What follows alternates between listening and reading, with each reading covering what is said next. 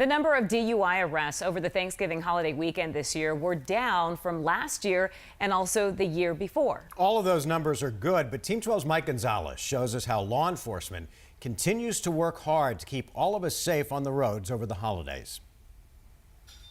Hey, good evening, guys. Yeah, the good news is that DUI arrests were down over the Thanksgiving holiday weekend, but the big concern now for law enforcement is people driving under the influence of things like marijuana and opioids.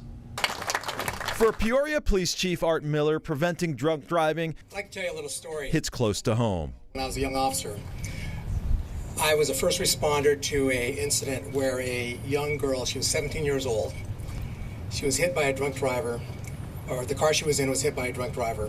She was catapulted from the rear seat through the windshield. Over the Thanksgiving weekend, 330 people were arrested for DUIs. That's a drop from 420 arrests during Thanksgiving in 2018. But the newest concern for those patrolling our roads is marijuana. Drug recognition expert officers cite cannabis as the #1 drug category.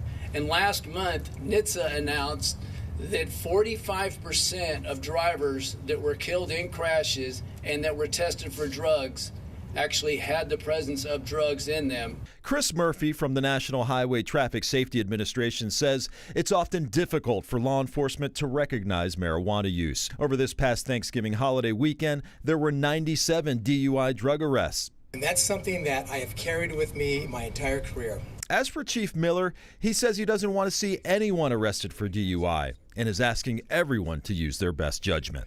And law enforcement has one goal, and that is to keep our communities safe. In Phoenix, I'm Mike Gonzalez, 12 News. All right, Mike, thanks.